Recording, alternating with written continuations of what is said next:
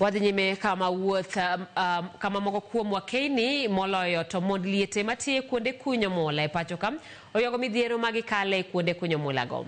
Giwacho ni jokuny mula moko osebedo kadonjore kendo mayo gi lopegi kang'ur margi bende deko e doho.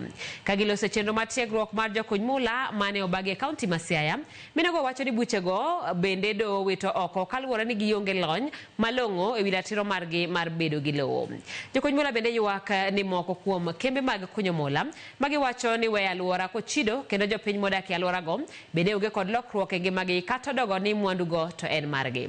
Gikwayo piny owacho mondo odonjre wachno mar bedo bero ngima jokuny mula e pacho ka.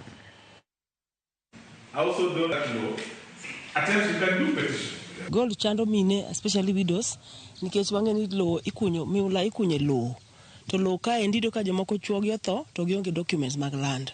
Sama ko gionge documents mag land gi, ido ka koro joma riek e sirkal tiyo gi jomoko mondo kaw lopgi moko wacho negi.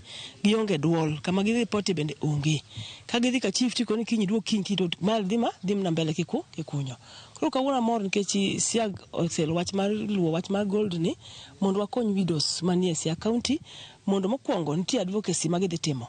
Idhi tim training ne widows ging'e tichgi mar lowo kama ginyalo yude kony. Kuonde mitime mining gi ratiro mar dhano ok oritio makare. Business ohala itimo yo makare to onego jogi register gigi kohala mondo gikony mbele nikech iyudo kaka ma otimie mining gi. Iyudo kata kanyo cham ok nyal chieke motegno bang mining.